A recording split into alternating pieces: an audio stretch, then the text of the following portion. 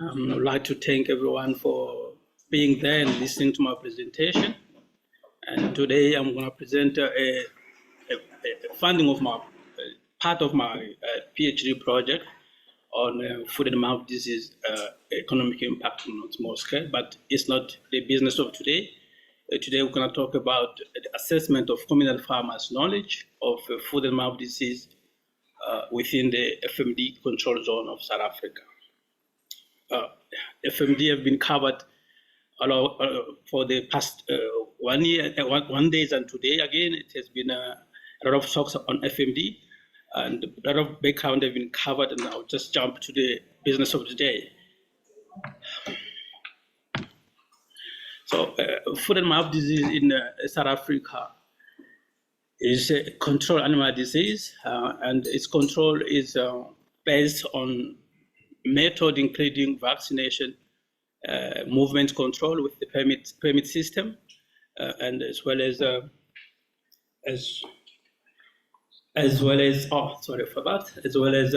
surveillance strategies.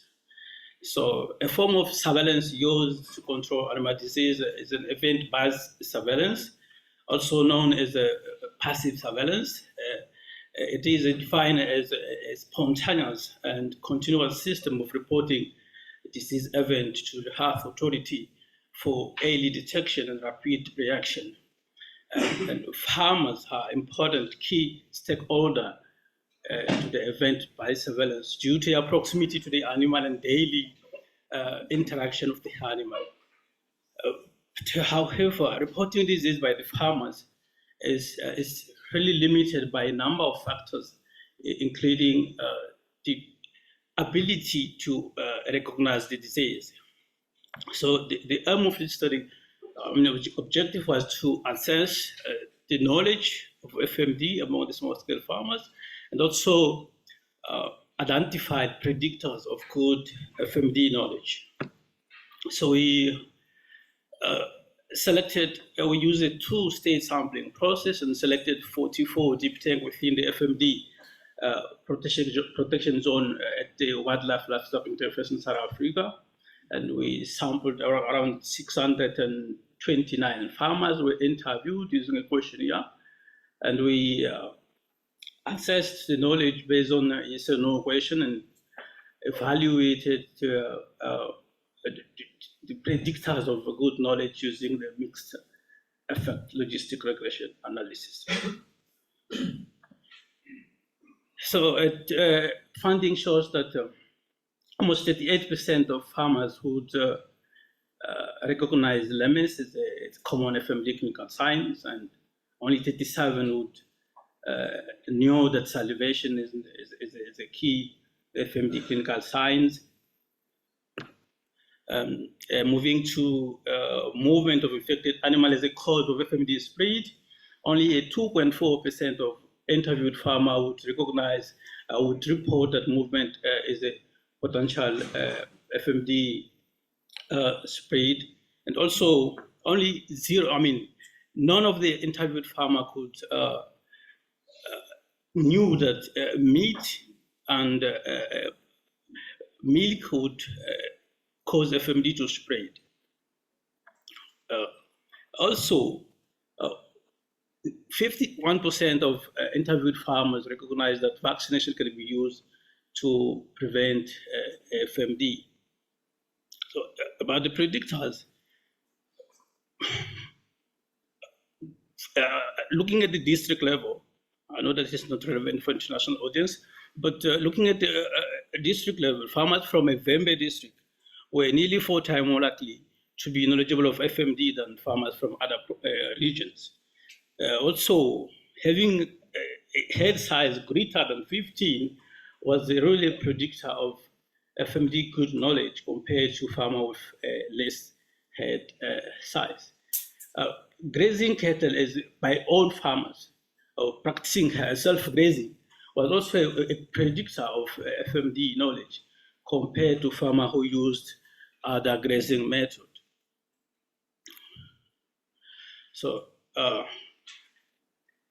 the limited recognition of key FMD clinical sign and the route of transmission suggests a gap in FMD knowledge dissemination, and it is a potential limitation for event-based surveillance. So occurrence of FMD outbreak despite vaccination influence farmers' perception of FMD vaccine effectiveness. We also found that the lack of knowledge, it is important to say the lack of knowledge of movement of infected or animal could be could influence illegal movement of animal, causing FMD to spread. So we suggest that program, a training program, and improved access to veterinary services is really important and essential to empower farmers with the knowledge that they need in order to mitigate foot-and-mouth disease outbreak in Southern Africa. So I would like to thank all the farmers that participated in the study. They are not here, but all the supervisors and the funding institution, also JFRA for funding and sponsoring my trip to Spain. Thank you very much for listening.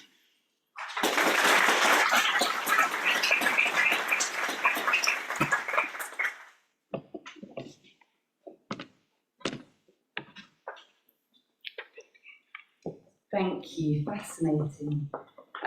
Okay, so I'd like to introduce our next speaker. Edward Hill is a tenured track fellow in health protection data science based at the Civic Health Innovations Lab, an Institute for Population Health at the University of Liverpool. He's linked to the Juniper Partnership, a collaborative network of researchers from across the UK who work at the interface between mathematical modelling, infectious disease control and health policy. His research interests involve addressing interdisciplinary problems in epidemiology that involve the dynamics of behaviour. Applications span public, veterinary and plant health, including zoonoses and the implementation of One Health. His approach involves the application of mathematical and computational models, including the development of models, parameter interface, and the evaluation of interventions via computational simulation.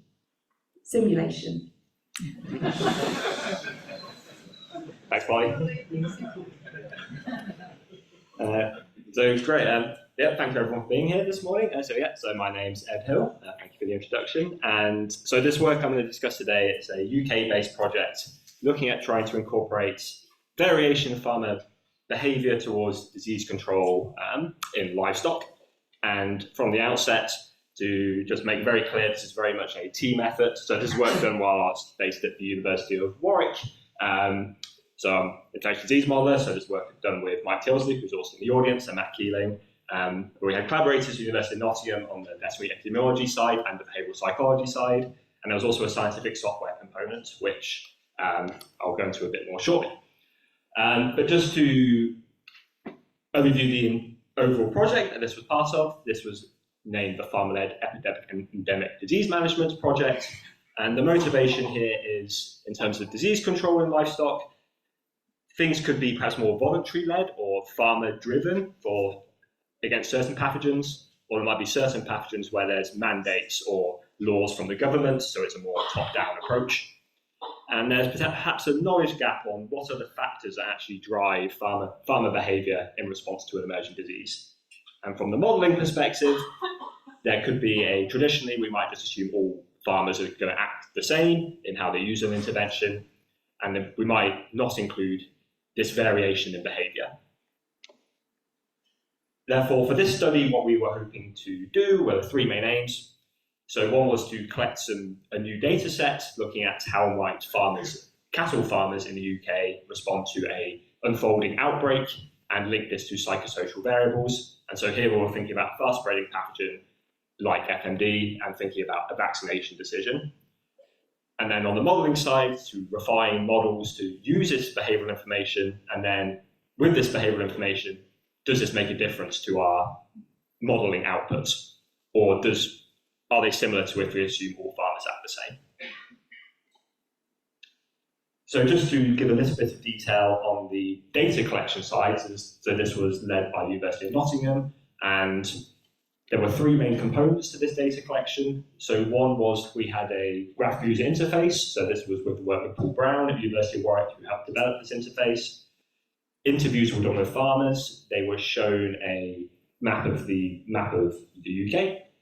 They could pinpoint where their home location was, and then they would be shown an outbreak evolving in time, and infection would be getting closer and closer to their home farm. And they would be asked at different time points, would you vaccinate or not?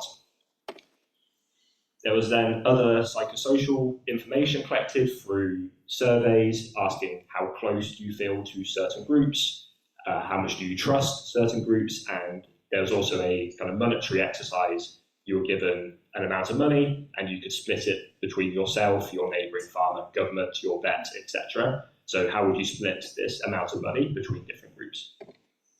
And we wanted to use this to then group the farmers into different behavioural groups based on their vaccination behaviour. So what did we find from this initial behavioural understanding exercise? So from our outbreak simulation, we had 60 farmers who participated across the beef and dairy sectors. And the initial key takeaway here is there was 8 different stages of that epidemic. In each stage, the number of farms or herds infected was increasing, and it was getting closer and closer to the farmer's location. But what we found was there was variation in the time points when farmers would act. They would want to use vaccination. It wasn't a case of everyone would act early or everyone would act late. So this was quite an interesting finding in itself. And then we wanted to use both that information and the information from the other surveys that were done to then try to group the farmers into different behavioural clusters in terms of how they would respond to vaccination. So 2 key variables we found here were trust in government and physical opportunity. So if they wanted to use the intervention, did they have the time and the means to actually deploy it? As we had 2 variables here, that meant we could split into 4 different behavioural groups. So for example, group 1 had high trust in government, high physical opportunity, whereas group 4 had low trust in government and low physical opportunity. And then on the your right-hand side, we could then, for each of these groups, get a distribution of when would the farmers act in terms of using vaccination. So for group 1, they'll be more likely to act early, but it's still the case some would act late. It wasn't the case of everyone who had high trust in government, high physical opportunity, would vaccinate at the early stage of the outbreak. And a similar relationship for group 4, but in reverse. So we want to take that information and then we needed to use it in our mathematical model. And our setup here was a spatial model for Great Britain. So we had the locations of farms from the Great Britain cattle tracing system. We were using data from about 2020 here. So there's about 60,000 holdings with cattle. And we had the average cattle herd size for that year and their coordinates. And so the plots show there is variation in the herd size, and spatially there are regions in Great Britain where there are more cattle herds and overall more cattle than other areas. And in terms of just the overarching model, we were working on the level of the farm, so we'd assume the whole farm would have the same disease status, and our dynamics were based on FMD type dynamics, where infection would be dependent on the amount of livestock on each farm and kind of how close the premises were to each other. And then once the premises was infected, things would move forward in a fixed time step way. So there'd be then 5 days from becoming in this infected but not infectious state to then being infectious but not yet reported. There'd be another 4 days until infection would be notified, and then another 4 days until the premises would be cold. And then in terms of our behavioural configurations, so we wanted to now compare to a situation where if there was no other intervention applied, so no vaccination, how would different behavioural assumptions impact our outcomes? So our default assumption might be everyone acts the same, so once infection gets within a distance, the farmer will vaccinate. Whereas we might want to then kind of guess or give our best judgment as to what the variation in that behaviour will be. And then we had our data informed, or our results from our interviews to plug into the models. So for the last couple of minutes, we then ran our simulation exercise. We could essentially start the outbreak in different locations in Great Britain and then see what impact does this have under each of the behavioural assumptions. And I'd say the just main key takeaway here is on these plots. So this is looking at the total amount of infection in Great Britain. The default assumption it was set up so if there was no vaccination used, essentially the outbreak would end up infecting the entire country or the entirety of Great Britain. But then for our behavioural assumptions, so on the far right of each of these plots, these are our data-driven behavioural assumptions.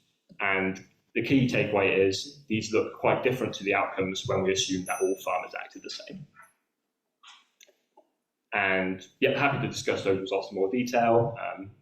But just to conclude, two main takeaways is this is very much a methodology for bringing together ethnological, social behavioural information, and hopefully highlights the importance of trying to consider individual farmer actions in terms of tackling livestock disease outbreaks. And yeah, this work is available in PredVet.med, and thank you to collaborators at Warwick and Nottingham, and thank you all for your attention.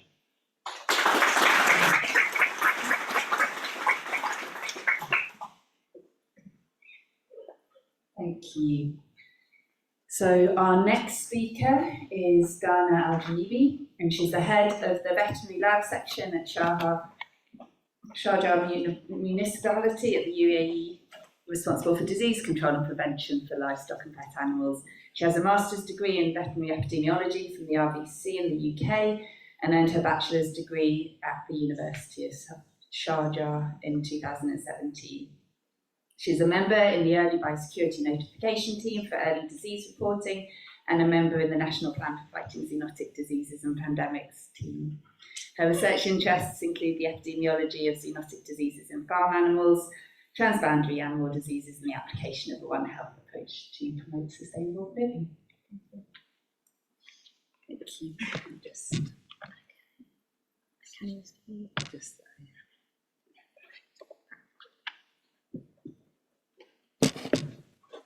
Thank you for the kind introduction and for the opportunity to share my recent work with you today. My research focuses on understanding the livestock market and their role in transmission of transboundary animal diseases, which I undertook as part of my master's degree at the Royal Veterinary College in collaboration with Pelbright Lab and the Veterinary Research Institute. Today I'm honored to present the Characterizing Selected Livestock Market in Northern Nigeria and their potential role for transmission of FMD. So let's start with a bit of a background about the topic. Nigeria has one of the largest livestock population, with 90% of cattle and 70% of small ruminants are kept in northern Nigeria. Livestock, as we can tell from the setting, livestock markets are important in the trade of animals, and they are, based on previous study, there is assumed to be involved largely in the disease dissemination. And this could be for three main reasons. Selling sick animals is a common practice in these markets. Animal movement is widely unregulated, and FMD virus and other TADs are endemic in Nigeria. So the study aims to characterize livestock markets in terms of structure, biosecurity, management practices, and animal health. Also to explore the spatial pattern of animal movement and to identify the risk factor associated with animal with FMD-like signs. It was a pilot cross-sectional study that was conducted in two states, Bauchi and Plateau, between January and April of 2022. 229 participants of market observers, managers, and buyers and sellers, they were involved in the study, and 33 visits were conducted to 9 livestock markets. The exact coordinate of the markets is in the left here in the map. So data were collected from 9 livestock markets. They were pre-classified as major, primary, and secondary based on animal capacity of cattle and small ruminants. So major markets are large markets in urban area. Primary markets are smaller markets in rural area. And then finally, secondary markets are the smallest markets that often connect both markets. In each of the 33 visits, data were collected in structure, biosecurity, management practices, and animal health. And after analyzing the collected data from major, primary, and secondary markets, although the market they were initially pre-classified based on animal capacity, as we can see from the mean number, it was not only about the animal capacity. For example, primary market, they exhibited insufficient biosecurity compared with low number of animal trade per day. If we compare that with a major market that have higher animal trade per day, they have slightly better biosecurity. Livestock market also differ in other measure like the management practices. Animals were brought to primary and secondary markets without any requirement for veterinary examination or movement certificate, which might suggest that selling sick animals in these smaller markets are much easier. So to put this into numbers, 62.5% of sellers sold their animals in primary markets to buy new stock, and 42.5% of secondary markets buyers, they purchase animals for slaughter. To understand how these factors of structure, biosecurity, and management practices contribute to animal health, we use FMD as a case study to analyze the animal health and using two ways: observation of a clinical sign and serological testing. For the observation, compared to major markets, we've noticed that primary market, they had higher odds and have higher odds in reporting FMD, with 6.7 more likely to be present in primary market and 4 times more likely in secondary markets. The results of the observation were consistent with the serological testing, where 79% of animals were seroconverted for FMD in primary markets. When it comes to animal movement, the proportion of animals coming from different LGA to the market and moving from the market were analyzed. And for the simplicity, I'll present here one example of major market and one primary market. So M3 major market, as we can see, the animals, they came from multiple LGA to the market, and they moved to multiple LGA. So we can see a wider spread of animal movement in major market. And compared to primary markets, the sellers and buyers, they tend to keep their animals in the same state.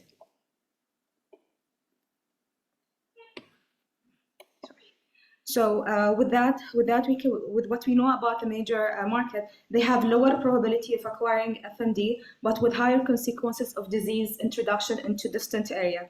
In contrast, the poor condition and primary markets, coupled with high FMD cases, increase the probability of disease dissemination, but with low impact of the disease moving far from the market.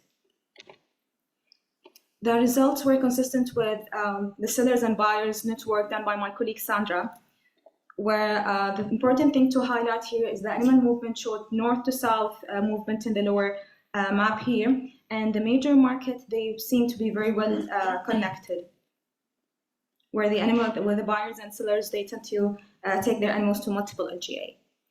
So the takeout messages that I want to deliver today is that the livestock markets, they tend to be heterogeneous, and their classification is not only based on numbers.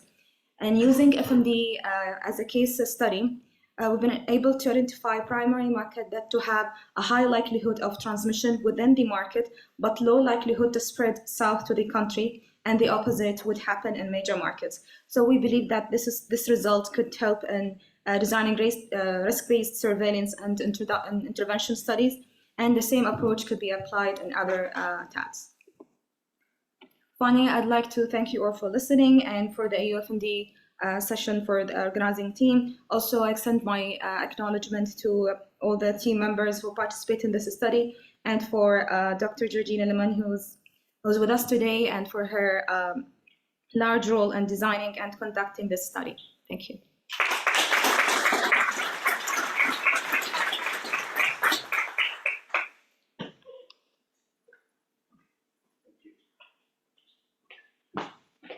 Thank you. Thank you to all three presenters. Now I think it's time for some questions. You may have it. Just briefly recall the first presentation from Dr. Daddy Kibambe that showed us the study regarding the level of knowledge of partners based on Second presentation from Eric was about including, I think it was a theme which was also touched this morning in the general session, introducing the models behaviour, and then third presentation which has provided, I think, a good insight into markets operate and the role that they play. So there is already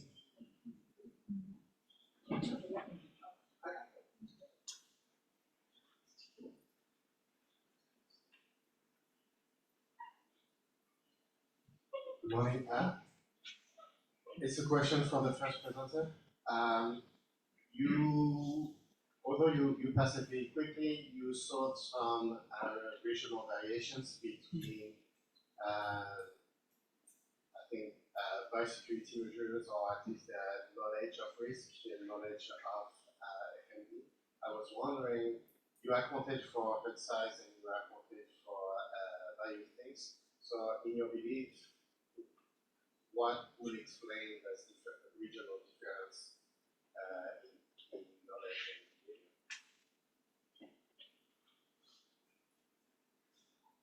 Should we take the question first? Another question. Thank you, Marco Denardi, University of Bologna. I have a question for Edward. Thanks for the presentation, very interesting. You went very fast through the results section, and I think I missed the point. If you can maybe summarize again the results, if there is any clear distinction between the behavioral cluster you have identified in terms of control of infections. Thank you.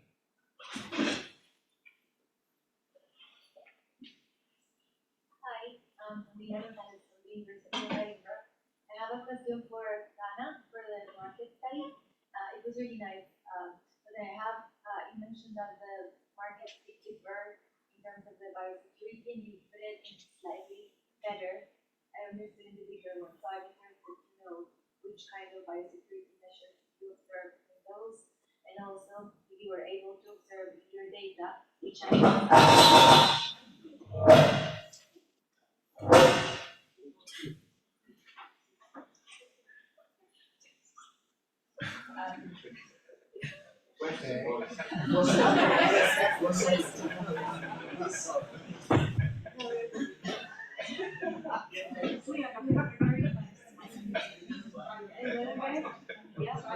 No ganja. So my second question is if you were able to observe in your data which proportion of animals are basically moving in the same period, in the same area, because they are not sold, because I guess they are not counted separately, so that they are just the same, they might be affected. Yeah, thank you.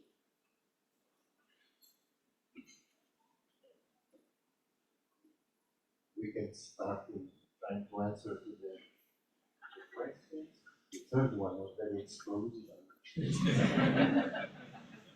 It's difficult to answer. Thank you for the question. We considered many other factors that we assessed in our model. Many other factors that I did not present here were significantly associated with the knowledge in the invariant analysis, but let's go to the multi-model model that shows that the region was significantly associated with the knowledge score. My think the possible explanation would be that the farmers from these regions are more exposed to FMD. In the past 2 years, they were victim, of many outbreaks in that regions. They probably have been taught or have an awareness due to those outbreaks by the government trying to implement some awareness campaigns. And compared to the area where there is no frequent outbreaks, I think that due to the frequent outbreak in the area, farmers get to know the disease compared to the area where there is no outbreak. I think that's my answer to that question.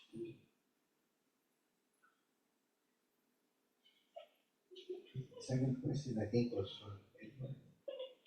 Just to recall the question was Summarize. some more details. Great, thanks for the question. So just to summarise on the model simulation, key findings at the end. So in terms of all farmers acting the same, it might be case we assume they will only act once infection gets within 50 kilometres, and then that outputs for, say, amount of infection, so our range of possible outcomes based on multiple model simulations, comparing that to when we put in those behavioural data from the interviews that we had then. This is the proportion in group 1, 2, 3, and 4, groups. We got a very different distribution for the amount of premises infected, and we also explored outbreak duration and also how much would be willing to pay for a vaccine dose from one health economic measure. Again, there was a dissimilar outcomes in the distributions when comparing everyone acts the same to when we use the varied behaviour. So that's that. Okay.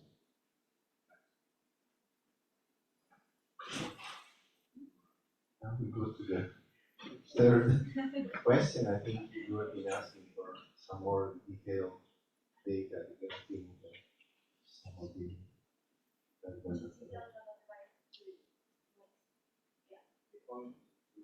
Sorry, details about the biosecurity as we found.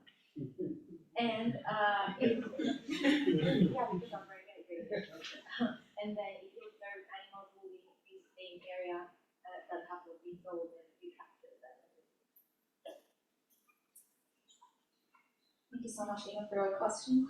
So for the first question about the biosecurity, biosecurity was a measure based on, I'd say, like most of the market we have, they lack biosecurity. There was an open standardized question where we tried to understand the structure of the market. So biosecurity was very based on that they have a place to separate sick animals, that the managers do separate sick animals. So from these data, we create a biosecurity score. Was another data. So markets say if they don't, for example, if they don't separate sick animals and they don't have a place for sick animals, they will get the score of 0. If they do both, they will get the score of 2. If they do either of them, they will get a score of 1.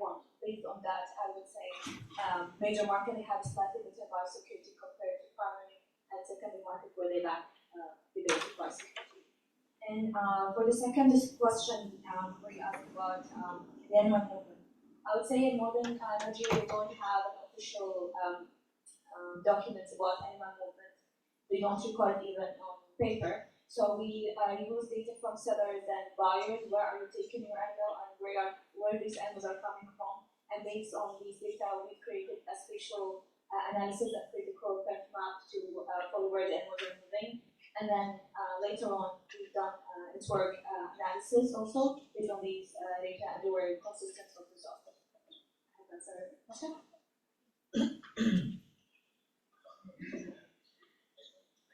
Thank you. Give the floor back to Ollie, who will start the second set of 3. Thank you. So we're going to move to our next presentation. So just we've got one spare seat at the front here. If any of our standing colleagues would like to rest their legs. So moving on, our next presenter is Chris Bartels, who's a veterinary epidemiologist. Oh shit. I don't know who gives me a microphone, but they tend to think about it at some point. So our next speaker is Glen Guyver-Fletcher. He's a research fellow at the University of Warwick, where he completed his PhD, which looked into the mathematical modelling of control policies for endemic FMD in the Republic of Turkey, and his current work carries on similar work for the Republic of India. Thank you, Colin. Okay, so I'm aware I've got pretty limited time here, so I'm going to jump straight in almost. I'd just like to acknowledge the funding came from the Bill and Melinda Gates Foundation. Quick refresher on the situation in India. So they're in pool 2. So they have OA and Asia 1 circulating, and they're actually at PCP stage 3. They actually have national scale biannual mass vaccination, which is very good. because if you look over the past decade, they've had a huge decline in the number of outbreaks that they're recording. So in 2011 to 2012, they were reporting somewhere in the vicinity of 300 to 400 outbreaks per year. And with the exception of 2021, if you look on the right, you can see that they're averaging around 50 in the 2019 to 2022 period. Ignore 2021. They also have a huge livestock industry. They have more than 500 million livestock that will be considered in this work, and more than 300 million buffalo and cattle. Some states like Uttar Pradesh and Rajasthan have more than 50 million livestock animals alone. And there is, of course, variation in where those animals are located. Cattle tend to be everywhere, but pigs are generally in the northeast, and sheep are also concentrated in specific states. So moving quickly on to the model, don't really have time to go into all of the details. So we generate a compartmental multi-species ODE model. Individual animals can move from susceptible, exposed, infectious, recovered. There's waning immunity, and we've also split the vaccinated compartment into vaccinated, susceptible, and vaccinated, recovered. That is quite useful because it does actually allow the estimation of the proportion of the population that are DIVA positive. So we can just look at, say, recovered and vaccinated recovered animals and assume they have antibodies against non-structural proteins, and therefore they should be coming back DIVA positive, assuming, of course, that the vaccine is purified. We have cross-species transmission occurring at different rates between different species, empirically calculated contact matrices, seasonality of transmission, pulse vaccination, and we source the parameters from the literature. Just using those parameters, in fact, if you look on the left here, this is the long-term equilibrium predicted for prevalence in each state. So we're simulating each state individually, and they've been binned into quartiles. But you can see that the north, do I have no, I don't. So in the north, you can see the medium to high region is Uttar Pradesh, and the northeast is the highest prevalence area, which is also kind of what we expect. All of the pigs are in the northeast, in fact, so that's reassuring. If you look at observed DIVA versus simulated DIVA, we don't have a huge amount of data, and most of our data comes from 2019, but we do seem to get a decent correlation. We can kind of recover the ranking of the states in terms of DIVA positivity. Okay, so we're going to move on to the actual work that we kind of want to talk about. So they only really vaccinate cattle and buffalo. In 2019, the Prime Minister announced that they were going to be vaccinating all 5 species at 100% coverage. They don't have the number of doses required to do that. They have 700 million doses, 535 million livestock. If you want to vaccinate twice a year, you're already over 1 billion. So equally allocated, you're talking about 65% coverage, but we wanted to look at, actually, maybe you can allocate your current vaccines more efficiently. And the optimal allocation might be different in different states, different times. Maybe different states have a lower number of doses per animal that they want to vaccinate. So we explored the space of possible allocations. And to make a note here, we're judging optimal as minimizing the number of annual infections. So this is the India-wide allocations. We simulated each state, but this is the aggregation over the entirety of India. On the x-axis, you're looking at the number of doses available per livestock animal. So 0.5 says you've got 1 dose per 2 animals. And the stacked bar charts, different colors correspond to a proportion of the available vaccines going to that species. So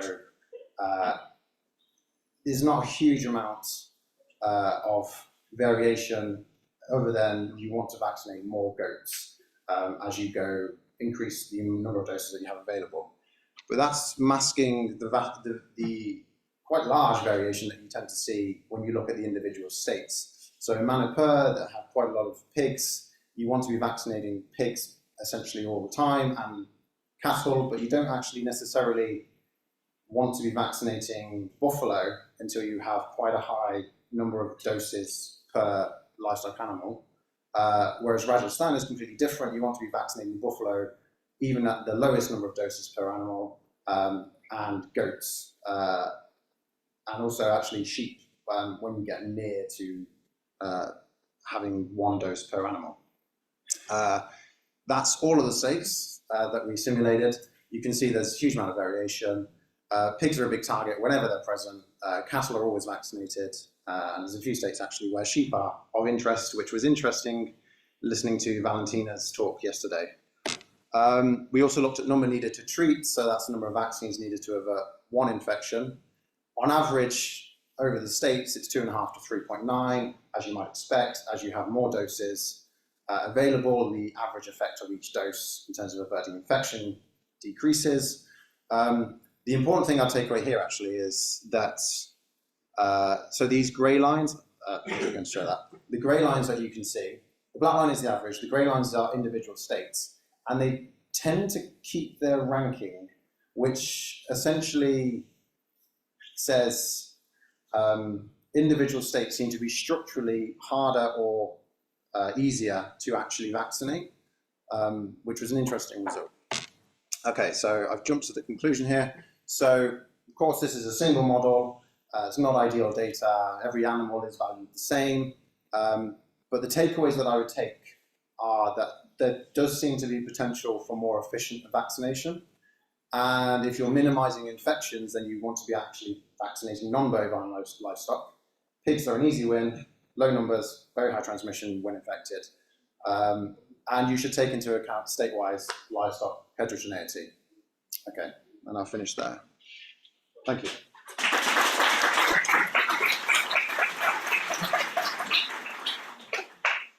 Thank you. Okay, so our next speaker is Chris Bartels, who's a veterinary epidemiologist who's just finished 4 years work in Mongolia. He was the chief technical advisor for FAO Mongolia, leading the animal health compartment of the life commercialization project. Amongst support to other aspects of the veterinary domain, he advised on the General Authority for Veterinary Services in Mongolia on the control of transboundary animal diseases. Prior to this, he acted as an animal health specialist and trainer of trainers in various projects through contracts with FAO, WOA, EUFMD and different NGOs. Well, thank you very much, Polly. Thank you for your presence here. I'm honored to be chaired by Giancarlo, Nestor of the PCP FMD. And Giancarlo and I and some other people, we have done a lot of PCP work, and I'm very happy that I had the opportunity in Mongolia to implement the approach of PCP. I take you to Mongolia. Mongolia is sandwiched between China and Russia. It's a huge area. It has not so many people, and of the few people that there are, 55% already lived in one city, Ulaanbaatar. There are a great number of livestock, 20 times more than people, and they all are managed in herds of mixed species, 190,000 more or less, and they are considered the epidemiological unit. The animal health services are provided by private vets, and they operate at the level of the sub-districts. There are 330 sub-districts, and there are another 1,200 public vets. Livestock density is obviously not equally distributed, so I provide you here with an overview of livestock density by by district for FMD susceptible species. But the area is well, geographically and climatically, 4 areas I will define. The Altai Mountains in the very west, the Gobi Desert, many may have known of it, really desert. Then the steppe that go right across, and then the taiga is kind of the extension of the Siberian taiga. Well, what is particular about Mongolia, which takes a while to understand, is this pastoralism. And in general, I could say, herds move at least 4 times a year, but there are other herds that may even move 10 to 12 times a year. And most of these herds, they migrate within that sub-district, but there are a number of herds that will move very long distances depending on what has happened in the year before and what are the climate or the weather conditions at the time. That as an introduction, then moving into the FMD situation that we were confronted with is an epidemic, in April, starting in April 2021, with a few outbreaks already present in the east, but through the migration, a long distance migration of a number of herds from the east to the west, that FMD occurrences, outbreaks, moved also from east to central. At the same time, a single introduction on the very southwest of Mongolia occurred in July 2021, and that caused another, from the western approach, another outbreak in a very susceptible population, because in the west there hasn't been any FMD outbreaks for a number of years, more than 8 years. So these are the locations across that time where FMD was reported. So the veterinary services and our project, we were sitting together and to define, well, given the limited resources of time, people and money, how best to approach this. Considering that there is no way you can stop migration, that herds are always mixed, and that cattle roam free more than small ruminants are doing. So this is where we included our experience, where we included PCP approach or PCP principles, and reflecting on the fact that the reproduction number for cattle is higher than for small ruminants, as well as the turnover in small ruminants is higher, so it's more difficult to keep up a sufficient number of percentage of vaccine coverage. We decided, or we advised, for cattle and yak only vaccination nationwide, not considering any regions or zones. That was complemented with an extensive communication program with herders, private vets and public. And the effect was that starting in April 2022, the number of clinical outbreaks came to zero very, very quick. Vaccination was continued and is continuing every 6 months, so no more clinical FMD outbreaks have been reported. What we were of interest is to say, well, if no more clinical outbreaks, how does it affect on or impact on the virus circulation? So we have done in 22, 23 and 24, we have done an annual serosurvey in cattle, as well as in small ruminants, with 30 herds per province and 12 small ruminants and 4 large ruminants per herd. And what you see is that we started at a level of 30% herd infection. The definition that we used is one animal tests positive in a herd, we consider the herd as positive. And at animal level, 10% for both small and large ruminants. And after 1 year, we saw already a very significant reduction, in particular in the large ruminants. And after in the third year, this early spring, we now see that the herd prevalence has gone down by 50%, whereas animal prevalence has gone down from 10% to more or less 2%. We also conducted some post-vaccination monitoring using the PVM guidelines, chapter 3.5.4, on assessing the population immunity at herd level, for which we collected 3 animals per herd, cattle in this case, because these were vaccinated, and we conducted that in all the 330 SUMs, districts over that. That allows you to estimate, or assess the number of herds not adequately vaccinated. That's this situation number 4, where all 3 samples test negative. You can decide that the vaccination coverage for that herd is insufficient for a protective level. Now, interestingly, we applied this approach also at SUM level, district level. So with 3 herds in each of the zooms, you have 9 situations. I cannot go into the details, but we're focusing here on the situation 8 and 9 that we considered. If we find that result for that district, we consider the zoom not adequately vaccinated. And we saw from last year that there is only 2 of the districts that are not adequately vaccinated or not have enough, the combination of vaccination and natural infection. Whereas I think another 19 districts are dubiously protected. But overall, we can conclude, and this was the same for 2022, that vaccination coverage was applied very, very well. So, in conclusion, I hope I have been able, in this very short time, to explain that the approach at this stage of Mongolia, in this situation of FMD, of vaccinating cattle and yak only, but do it all nationwide, has been very successful. That we have seen that the infection level in large ruminants decreased quickly, and with a lag time in small ruminants, it also happened. Post-vaccination approach using this NAVO approach is very cost-effective and very easy to implement.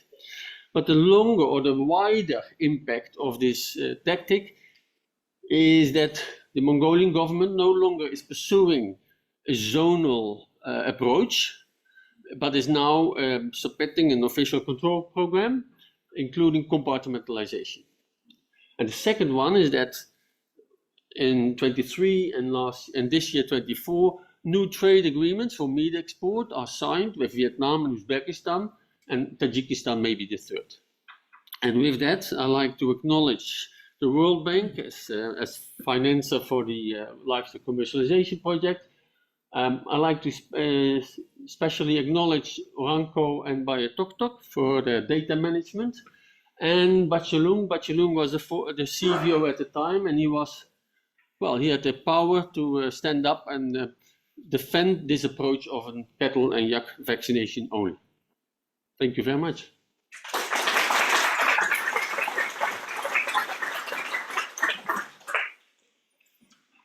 Thank you, Chris. And so now I'd like to welcome the final speaker in this section of 3 speakers before we go to some question and answers.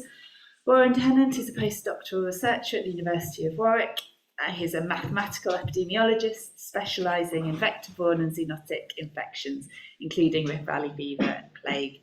And his research interests are about using mathematical models and statistical inference to quantify the emergence, spread and persistence of disease with the end goal of improving control policy against infectious pathogens. Perfect. Thank you so much for that lovely introduction. So to get straight into it, we also had another lovely introduction into Rift Valley fever this morning. So we've seen how variations in environmental, climate, social factors can really influence the heterogeneity of RVF epidemiology. Now, this raises natural challenges with identifying populations most at risk of infection and understanding which areas should we prioritize with our disease control measures, such as vaccination. So one such setting repeatedly affected by RVF is the Comoros archipelago. So this is a network of 4 islands located in the southwestern Indian Ocean. Now here we sought to develop a model to describe RVF epidemiology here, and then use this model to assess a variety of different vaccine strategies. So our model included a description of the transmission of RVF virus between cattle, sheep, and goats of 10 different age groups on each island in the archipelago, where animals were allowed to move as governed by the shown livestock trade network. We calibrated this model to a series of age-stratified, cross-sectional and longitudinal seroprevalence surveys from July 2004 until June 2015, achieving a good match between our model simulations and empirical data. Now, we extended this model to include vaccination, where upon vaccination, livestock were only partially protected from infection to RVF, and vaccine-induced immunity only lasted for an average of 2 years. We also explored scenarios where livestock may be tagged post-vaccination, where in this tagging scenario, they will not be revaccinated prior to their vaccine-induced immunity waning. So our first question was to look at, if we have a fixed number of vaccines to administer across the archipelago, how should these vaccines be allocated to each island? And really a natural choice would be to distribute these vaccines according to the livestock population size of each island. And doing it in this way, Grand Comores would receive the vast majority of the vaccines. Now, using our model, we calculated the optimal allocation of vaccines in terms of maximizing the model predicted infections averted due to vaccination. And what we found is that the optimal allocation was sensitive to the vaccination rate that we were interested in. So for low vaccination rates, this allocation suggested that Anjouan should be favored due to its relatively low transmission potential. However, as the vaccination rate increased, there was a shift towards assigning more vaccines in Grand Comores. So how do these allocations actually translate into strategy effectiveness? So for this baseline approach, where vaccines were distributed proportional to population size, our model predicted between 12 and 58% of infections would be averted from a 5% to 30% livestock vaccination rate. Now, the optimal allocation improved upon these estimates by 3 to 6 percentage points. However, we saw the largest gains when livestock were also tagged post-vaccination. So in this scenario, when we tagged livestock post-vaccination, they're not being revaccinated early, and those vaccine efforts are really being focused on unprotected livestock. So this effect is really amplified for the larger vaccination rates that we tested. So we had a look at the archipelago-wide strategy effectiveness, but how does this break down to the island level?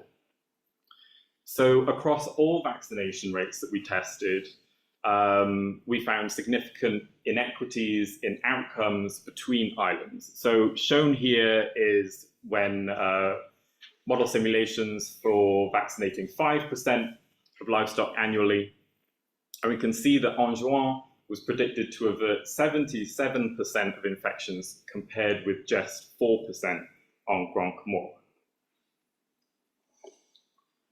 Now, we took an alternative approach to allocating these vaccines, which really sought to maximize the outcomes of each island simultaneously. And indeed, this approach did partially address some of these inequities, but this really came at a cost to the archipelago-wide strategy effectiveness. So to summarize, what we've done is to really develop a model that can describe RVF epidemiology in a heterogeneous environment, and then use this framework to assess a range of different vaccine allocation strategies, where we defined our strategy effectiveness purely in epidemiological terms. Now, indeed, it will be important to include other factors that act as boundaries for effective vaccine strategy design, such as the availability of vaccines, operational costs, etc. However, even including these factors, this will still raise the question of how do we strike a balance between achieving optimal control across an entire region and ensuring equitable outcomes within that region itself. So with that, I would love to thank my collaborators from INSERM, ANSES, the Ministry of Agriculture in the Comoros, and Veterinary Services in Mayotte for their continued support and very valuable insights. And thank you to you for listening.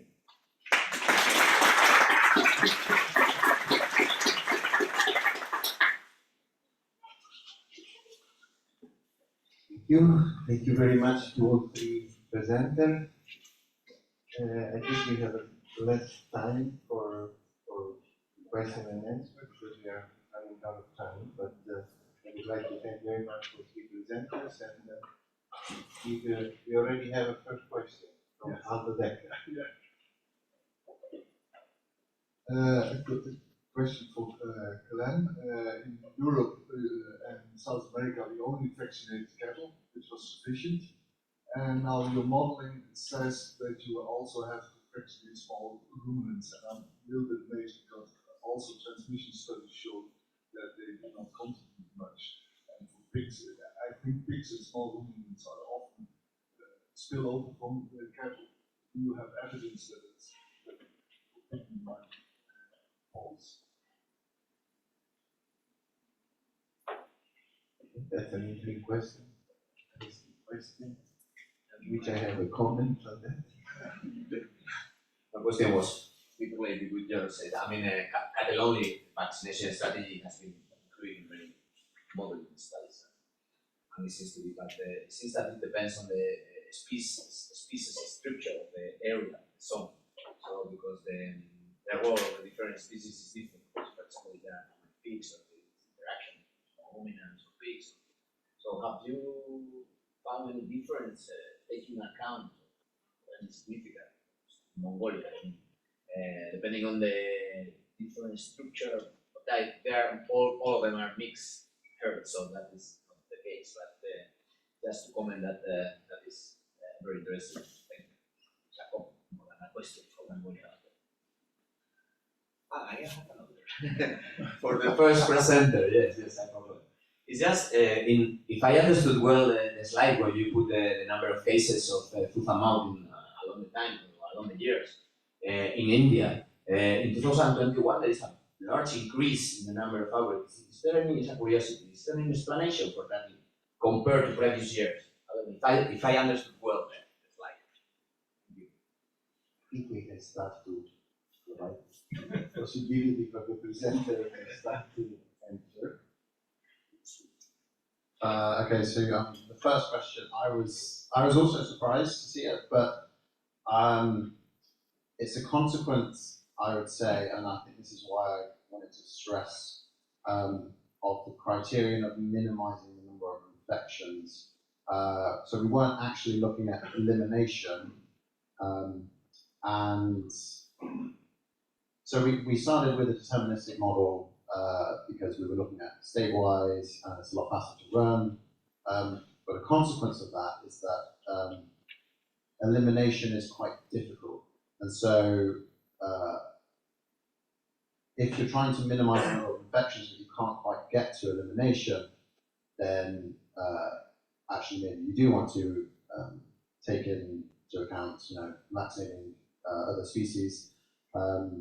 But yes, I'm absolutely agree with you that in South America and Europe, that was the case, that we just ended up vaccinating cattle, and that worked for elimination. Sorry, and then the other question, I'm sorry, I completely forgot. Oh, so 2021, there was just a big outbreak, but they did manage to catch in time. That was it. It might also have been a consequence of the the parliament as well.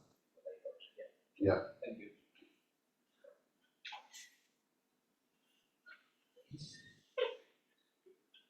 You had a question? Well, what's the question or comment? I mean,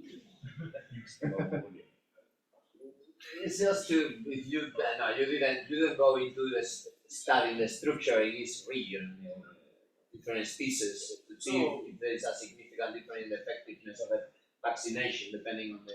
well, I hope I showed that, well, let me say first how we designed. I mean, we designed it very nationwide, sampling 30 herds per province, 21 provinces, 16 animals per herd, 12 small ruminants, 4 large ruminants. And then the results show you that, yes, you get a very, I mean, a clear reduction in animals testing positive. First in the large ruminants, but in the second year, this year, followed by the small ruminants, although they were not vaccinated. Otherwise, the herd structure is everywhere the same. Yeah. There's no diversification, there's no intensive livestock production. Well, just in line of all the comments, I mean, there are a lot of modeling and studying of these vaccination strategies, only cattle and small ruminants. But at least as far as I know, there are not many real data from the field. I'd like to know about this story. I don't know about the structure for this different. In Uruguay, they have 4 times as much sheep as cattle. It's still cattle only stock. She's very straight. Yeah. Even in the last outbreak. Full vaccination cattle only diminished the outbreak. But I imagine that in these real situations where only cattle strategy works, if you go into studying differences depending on the structure, I mean, how many relative numbers of small ruminant pigs and cattle there are in the areas, because that would be very nice. One of the things I was once a colleague from Pakistan asked me to do some research together. Yes. But looking at, for instance, MSP responses in different populations would be interesting. And I would assume it's one of the things we saw in Egypt, that the MSP responses in buffalo were higher than in cattle, which was only this is study, I think, and it's not complete. It should be repeated, but I could assume that infection in buffalo is often missed when they are walking in water. You don't see laying buffalo, and so the different contact structure, very intense contact. So I perhaps explains that behave better. So those kind of studies, good studies on MSP responses in different species, give some indication of what's happening. One of the examples is, for instance, Israel. They had outbreaks in wild boar, and it was very. People said, "Oh, this is a huge problem." The moment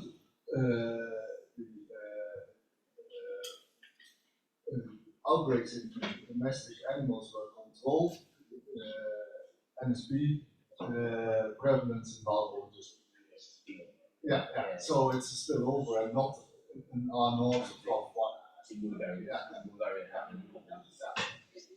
Thank you. For sheep, we don't have enough data. It would have been, that would be very, very, very interesting. Maybe since the population of small ruminants in Mongolia has not been vaccinated, it would be interesting to see what the serology to find. Just would like to recall that in this presentation, we made it clear that the assumption that they had used in order to target the population, target the cattle population, was to be vaccinated, that the reproduction number was much lower in small ruminants compared to let's, sorry, I think 30 seconds, just to say. Yesterday, I think we have been addressing the issue of PCP, stage 2, stage 3. This is a typical example of stage 2 countries, which is targeting their vaccination program. We could say India has a program that, because its, let's say, ultimate goal is the eradication of critical disease, which I see as a very challenging issue because of the numbers Yeah, we're talking about media and media language. That would be a country that will qualify as being in stage 3. They have an official country program. They need that education. So that's something that could be seen maybe more clearly. Fabrizio, very short.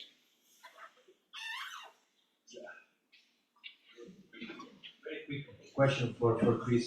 Was the vaccine purchased with the support of the World Bank and because you said the World Bank project? And now, if yes, is now Mongolia ready to pay for the vaccine, considering the evidence that you have shown? Well, thanks, Fabrizio. Effectively, Mongolia is paying for the vaccine themselves. Yes, the minister asked for the project to spend some money for additional emergency vaccine, but otherwise, these 6 months vaccination programs are all paid for by the government. Thank you very much. And I think we have to quickly move to the last 3 presentations. I give the floor. Thank you. Okay, so in our last session of this session, I want to introduce Mattia Begovoeva. I'm sorry, I didn't do well on that. Who holds a degree in veterinary medicine from the University of Turin and an MSc in veterinary epidemiology from the RVC. His thesis was on risk factors and spatial distribution of FMD and small ruminants in Nigeria. He was a consultant for EU FMD and is currently a researcher at the epidemiology unit of the Instituto Zoopofitico. I'm not very good at my Italian, hasn't benefited from my time at EU FMD. Sperimentali de Piemonte, Liguria. Unfortunately, we don't tell I just an English name. Well, no, I think it's good not to have an English name. You just need English people who don't butcher your language, where you conduct research on infectious diseases of domestic and wild animals and contribute to international cooperation projects on animal health. You're also a PhD candidate at the University of Perugia, Italy. Thank you so much. Our institute has a very long and complex name. So Nigeria is home to about 128 million small ruminants, most of which are located in the northern part of the country, where they represent a fundamental resource for subsistence farmers in terms of source of income, of food, and of course also they represent a financial resource in case of emergency situations.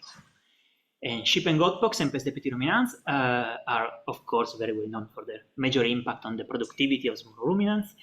Both diseases are endemic in Nigeria, and currently there are no vaccination programs in place for sheep and goat pox, while vaccination campaigns are being carried out against PPR within the framework of the Global Eradication Program by FAO and WOA.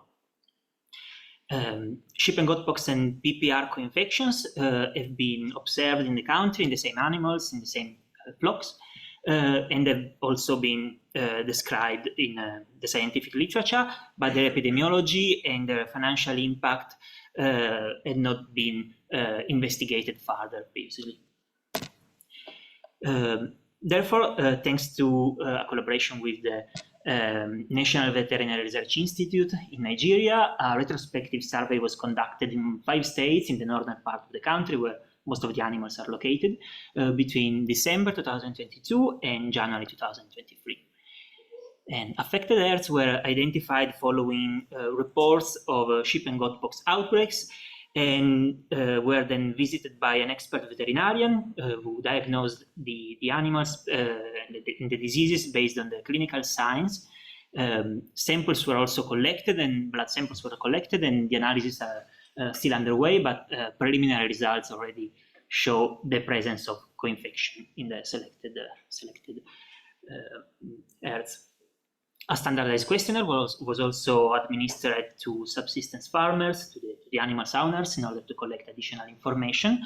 with the objective of investigating and defining the epidemiological parameters and the economic impact of these two diseases, but also of reviewing the coping strategies put in place by the farmers in order to contrast the action, the effect of these diseases. So 262 flocks were surveyed, and of these, about 80% presented both clinical symptoms typical of sheep and goat pox, but also PPR-like symptoms. So the data presented here only refer to these 80% of farms. So starting with the epidemiological parameters, the outbreak duration was found to be longer in transhumant herds compared to backyard herds, so 69.5 days versus 50 days. And furthermore, herds hosting sheep were also found to have longer outbreak duration compared to herds only composed by goats. The incidence risk was just below 45% without significant differences between species or between production systems. And fatality rate, the fatality rate was 25% for sheep and just a bit less for goats. And we found weak evidence for sheep and some evidence for goats of higher rates for transhumant herds compared to backyard ones. Moving to the coping strategies, about 2/3 of the farmers reported the use of antibiotics. Just above 1/3 reported to have sold some of the affected animals, and the median percentage of affected animals that was sold by herd was 50%, so half of the animals were sold overall. And interestingly, most of them were brought to markets and sold them there. So this has important implications for disease transmission and spread. And the median percentage price loss per affected animals was 50% for sheep and even more for goats. A third of the farmers also reported to have separated the affected animals from the rest of the herd, and about 3% reported to have slaughtered some of the affected animals. In particular, about 13% is a median percentage for sheep, and about 42% for goats. And also in this case, we can see an important price loss. So the median percentage price loss was about 54% for sheep and 70% for goats. We also estimated the overall loss in herd value as the difference between the value of the herd before and after the outbreak, and we also accounted for the cost of the treatments.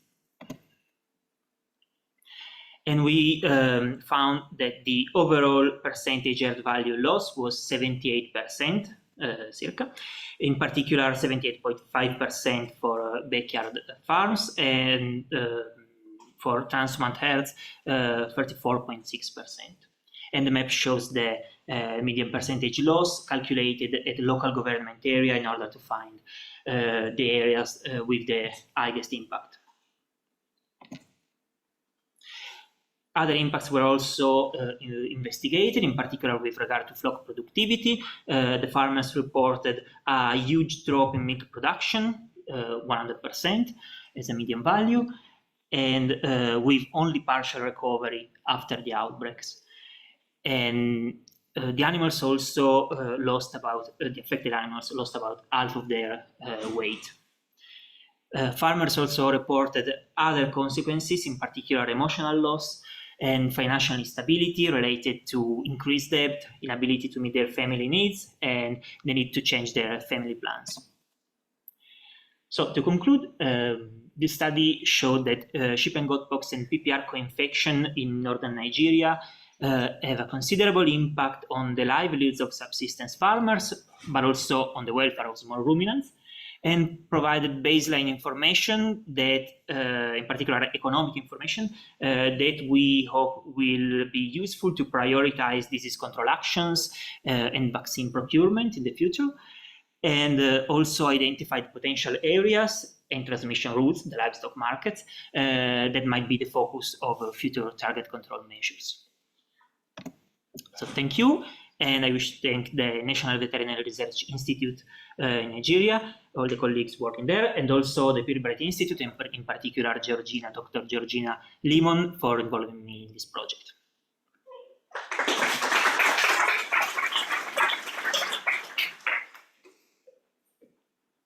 Thank you. Next up, I'd like to invite Asma Mesdour, who's a PhD student at CIRAD and Astro in Montpellier, France. Her research focuses on modelling infectious diseases such as PPR through animal movement networks, with the aim to enhance disease surveillance by identifying key areas for monitoring. Yeah. Thank you so much. So today I will present a part of PhD of Sandra Gioma, who is a colleague supervised by Andrea Poloni and Elena Arsevska on combining livestock mobility surveys and expert knowledge to map the risk of the occurrence of PPR in 3 northern states in Nigeria. Nigeria is famous in this session, I think. So the introduction of PPR in Nigeria is since the 17th, and it became endemics. And even a vaccine exists, and also Nigeria is a vaccine producer, the rate of the vaccination is very low. And this country faces huge economic losses due to PPR, approximately $1.5 million. And it controlled animal mobility, the absence of animal identification system or mapping tools, but also centralized control and service system makes the situation worse for the control of PPR. So the aim of this study is to map a risk area for the occurrence of PPR in northern Nigeria state by combining field surveys and expert knowledge by using a multi-criteria decision analysis, or MCDA. To do this, we use 2 kinds of data. The first one are market data collected in 10 markets, and the most important information collected are on the origin and destination, but also the species and the number of small ruminants. And the second type of surveys, Sandra used the participatory approach and specifically the focus group discussion. In the 3 states, she did this focus group discussion with 10 important actors, such as sheep and goat farmer, but also the transport representative, etc. And also we collected information on the origin, destination, but also the movement proportions. And all these data were aggregated at the LGA administrative level, and then we created networks, and then from each set of data, and then we create a third network, which is a combined one between both the networks. So here, to map the risk of the occurrence of PPR in these 3 states of Nigeria, we used, as I said, the MCDA approach. So the first step of this approach is first identify the most important factor that contribute to the occurrence of PPR in the literature. Here, for example, we identified climate, animal density, environment, etc. And the second step was the weighting of this factor. So we did a pairwise comparison. So we compare each factor together, and then to do this comparison, we just ask questions for the stakeholder to make a kind of matrix here. It's like we ask them a simple question of, do you think that, for example, climate is more important than environment? If yes, what is the level between 1 and 4? For example, here, climate is 4 times more important than climate. And from this, we extracted data, and then we stratified the spatial layers of all these data for each state, and we create the risk map for each state. And all this part was done using a map MCDA package of R developed by Facundo Munoz, who is a researcher at CIRAD. Here, briefly, is just to show you our networks. Here, what is important to see is that the FGD networks is larger than the market networks. And when we combine the both networks in blue, we have 22 states in common. Here we have the result of the MCDA.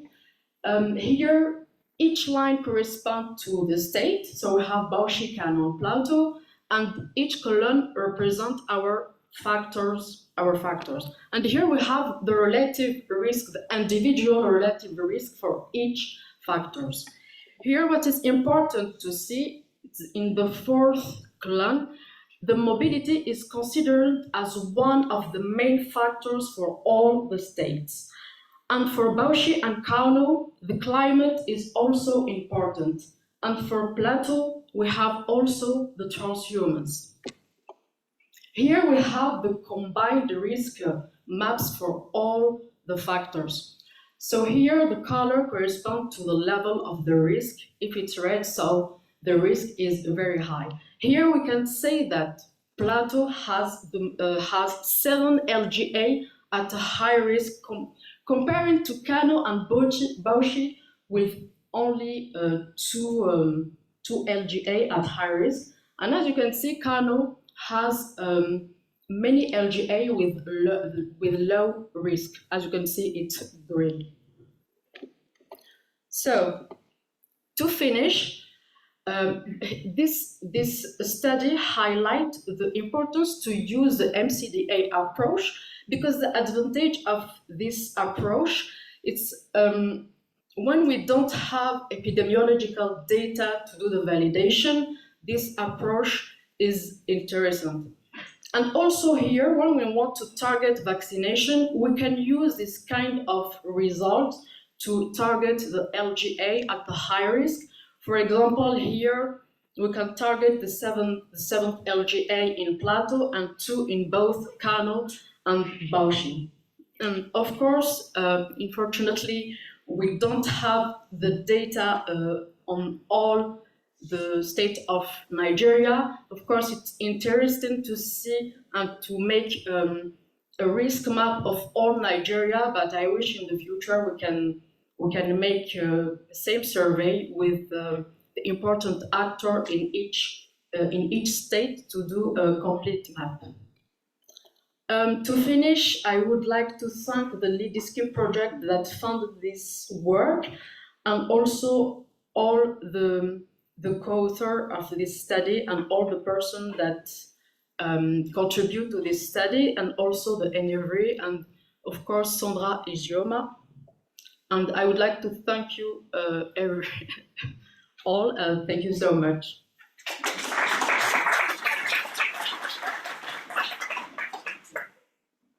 Thank you. And so for our last presentation in this session, we're coming back to Europe. George Valiakos is an associate professor at the Laboratory of Microbiology and Parasitology at the Faculty of Veterinary Medicine at the University of Thessaly. His research activity focuses on veterinary microbiology, risk analysis on infectious diseases of animals, with a special emphasis on zoonotic disease, the use of antimicrobials, and One Health.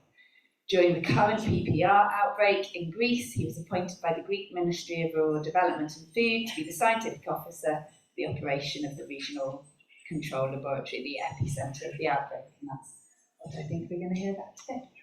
Thank you. Thank you. So I will travel you from Nigeria to Greece. Of course, we love Nigeria because of Giannis Antetokounmpo, you know. So let's see, the time is limited, so I'll try to be fast. Thank you for giving me the opportunity to share my experience with the PPR outbreak in Greece, focusing on the epicenter of the outbreak. The story is that in early July there was the first case near the city of Trikala in central Greece. These are all images from the first farm that the private practitioner that reported the case took. This is the area. Here is on the pin the first case. The next day, the first meeting took place with all stakeholders. I'm somewhere at the back there. The first meeting that the ministry called me as an expert and academic for infectious diseases and relevant legislation. I do the lecturing to the students for this. So it was decided to apply all proper measures, the zoning, the restriction of animal movements, the clinical surveillance, the sampling, the active clinical surveillance and sampling of when we see symptoms in animals and send them to the National Reference Lab in Athens, and the stamping out policy. However, the things were not so simple.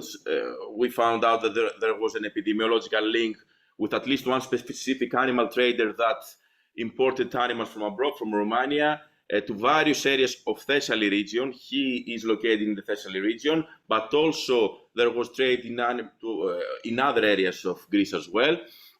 There was a trace back until the 1st of August. In 20 days, it was supposed to be completed, the tracing back, and in the Thessaly region, it was reported to Wahi system 23 positive farms in 7 different sites, but also there were in some cases in limited ones, but in the rest of Greece.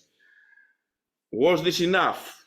No one thought that this was enough, especially in central Greece, in the epicenter of the outbreak. This is an area where we had the main introduction of the pathogen. More than 60% of the outbreaks were there.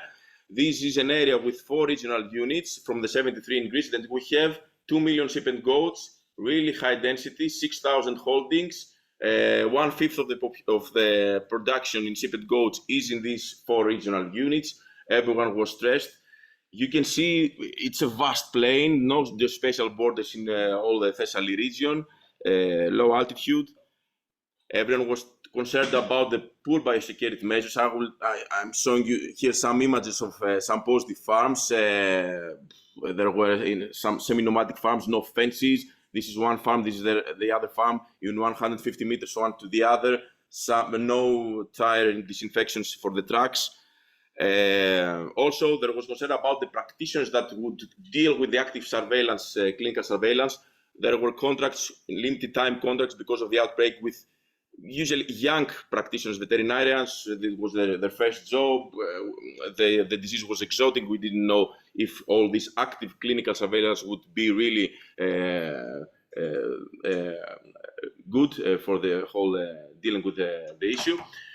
But the main issue was, let's say it kindly, the non-compliance of the farms with the authorities. We know the farmers were all afraid with the stabbing out, with the compensation that no one knew at that time the value of the compensations, the bureaucratic delays after the stabbing out, the social stigma. We always have to take into account the social stigma. The farmer was attacked by the other farmers in the village that he brought plague in the area.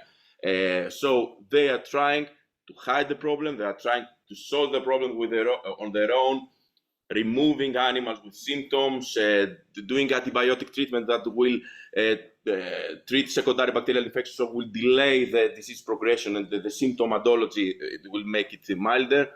We had to deal with all this. We are concerned about all this.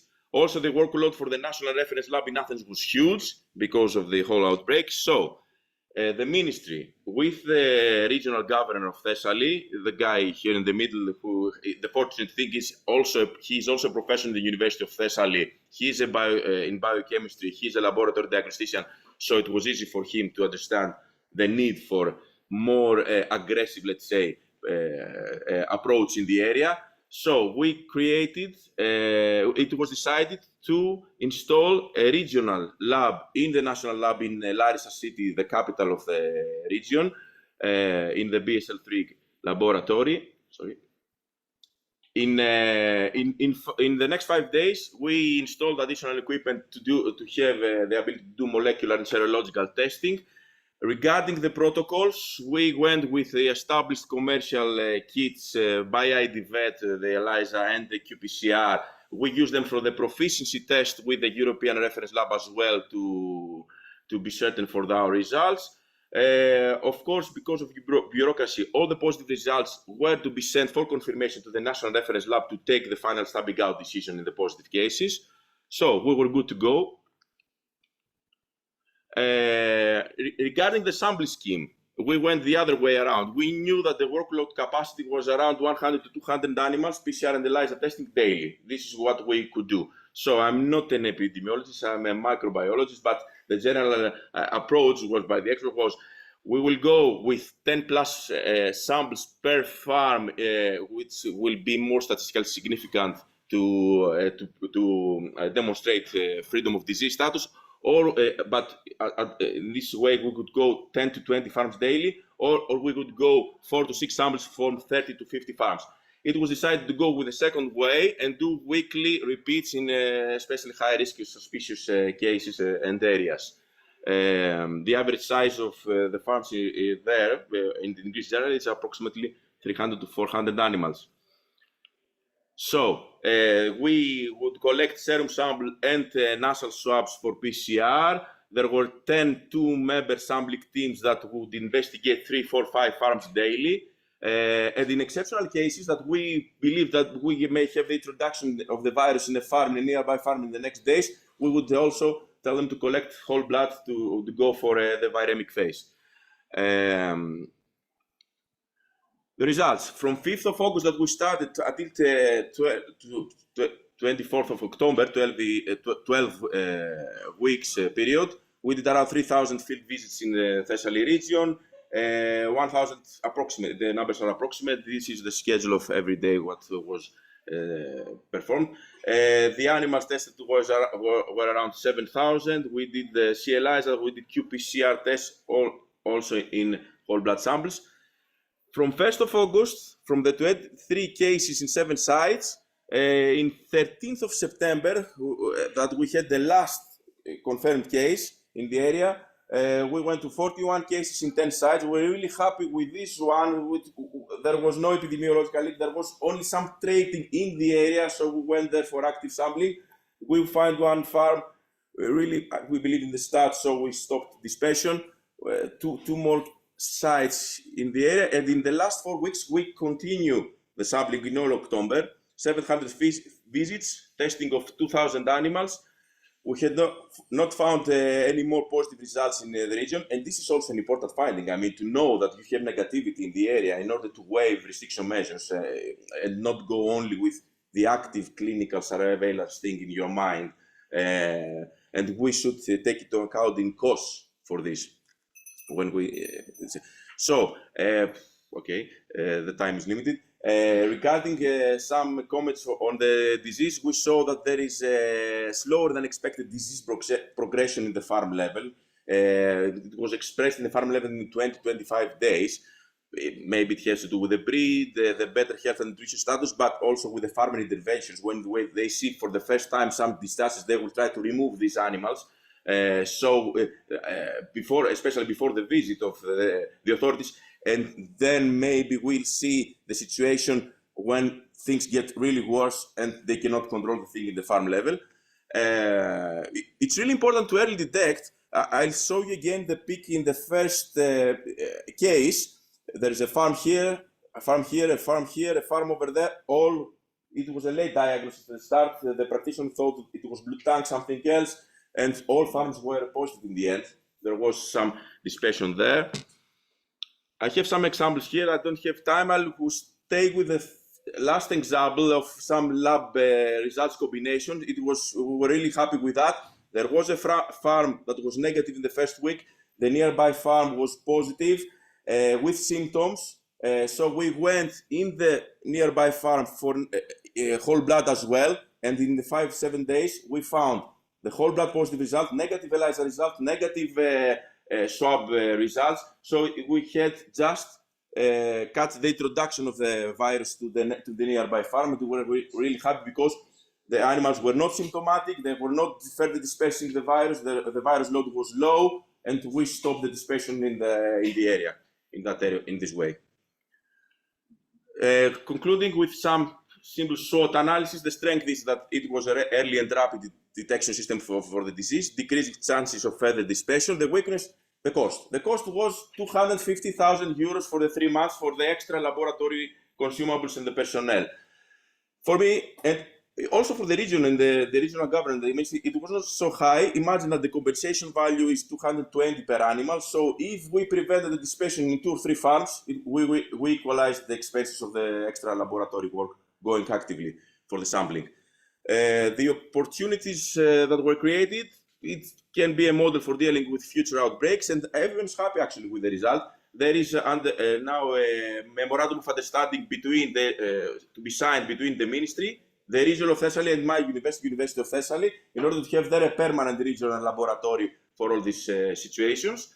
The threats, of course, the reluctance, as you said, of future administration and the politicians to support all this approach, the reluctance of farmers to cooperate and adopt the appropriate measures, and of course the introduction of the pathogens to the area, even from other areas from Greece that may have the pathogen, because the scheme is not generic in the whole country.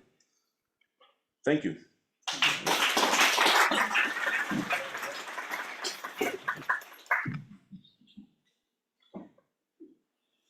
Thank you very much to all three presenters. I think we have time for one question. Just briefly recalling the presentation from Mattia regarding simultaneous, which is a good point for the component 3 of the global strategy, where it indicates that address together education, combining as much as possible without disease. Second one was innovation to mapping the risk, which is also makes the point of better targeted vaccination, which could be more efficient, but at the same time sometimes can conflict with policy. That's very important. And third one, Professor Mattia brought us the reality of the threat that we are always facing. So one question. PPR presentation, yes. Thank you very much for the interesting presentation for this PPR. As you know, we had this outbreak of sheep and goat pox in 2022, and I see similarities, because we expected some explosive and very rapid evolving disease in the head level, but we didn't see that. So very slow process. I wonder, did you find any herd that was affected? Maybe the communication was delayed, and also mortality in those herds maybe higher than, I don't know, in 2 or 3 weeks. And the other question, the last one, you said that you detected by PCR positive herds, but no symptoms, and then after 7 or 10 days there were symptoms. Did you record when the symptoms started after the PCR positive? You know what I mean? Yeah. So what could be the incubation period that you detect the PCR, the window? Yeah, this is a really difficult question, because you saw that I tried to avoid talking about incubation period. I talked about this progression in the farm level, because we don't know, we're never certain about the interventions of the farmer. We knew that the farmer was doing interventions, that they hide animals, they remove animals. So I tried to not speak about incubation, but the basic finding that we say in Greece is that it's slower than expected. We see a 2025 period of seeing this progression. But for example, in the example that I wanted to show you, in the first example, there was a PCR positive, there was a 3,500 head size farm, huge one, 30 samples were taken, all negative in ELISA, 1 CT positive, 1. The decision was made even with the 1 positive, but because stamping out policy took some time to implement it, we said, okay, let's go for a sampling in 10 days from that. In 10 days, in 30 animals, we had more than 50% PCR and ELISA positive results. The problem is, for example, for this farmer, that we know that he was looking for rapid tests, he was looking for ways to remove animals before, and we believe that there were cases in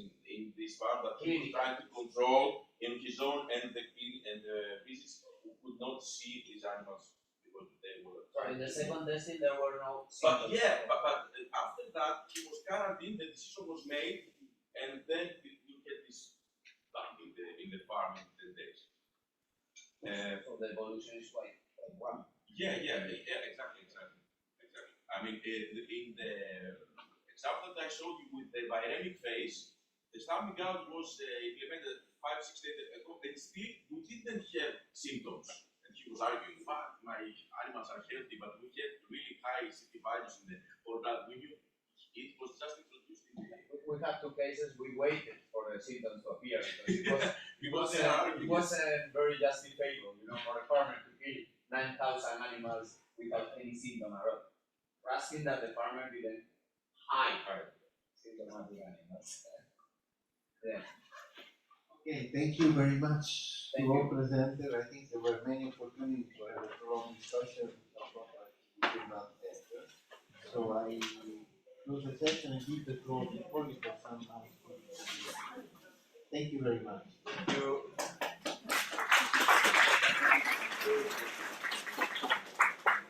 So just before everyone disappears, please do check out the posters that are relevant for this session, and please do vote on the app. Lunch is in the restaurant. If you're a vegetarian, or any other dietary requirements, you need to go to the Stowe Thomas restaurant. Colleagues will be there to direct you. We come back to room A, I think around 2 p.m. So at 2 p.m. we'll start the session in the room next door. Thank you very much for everyone's attention.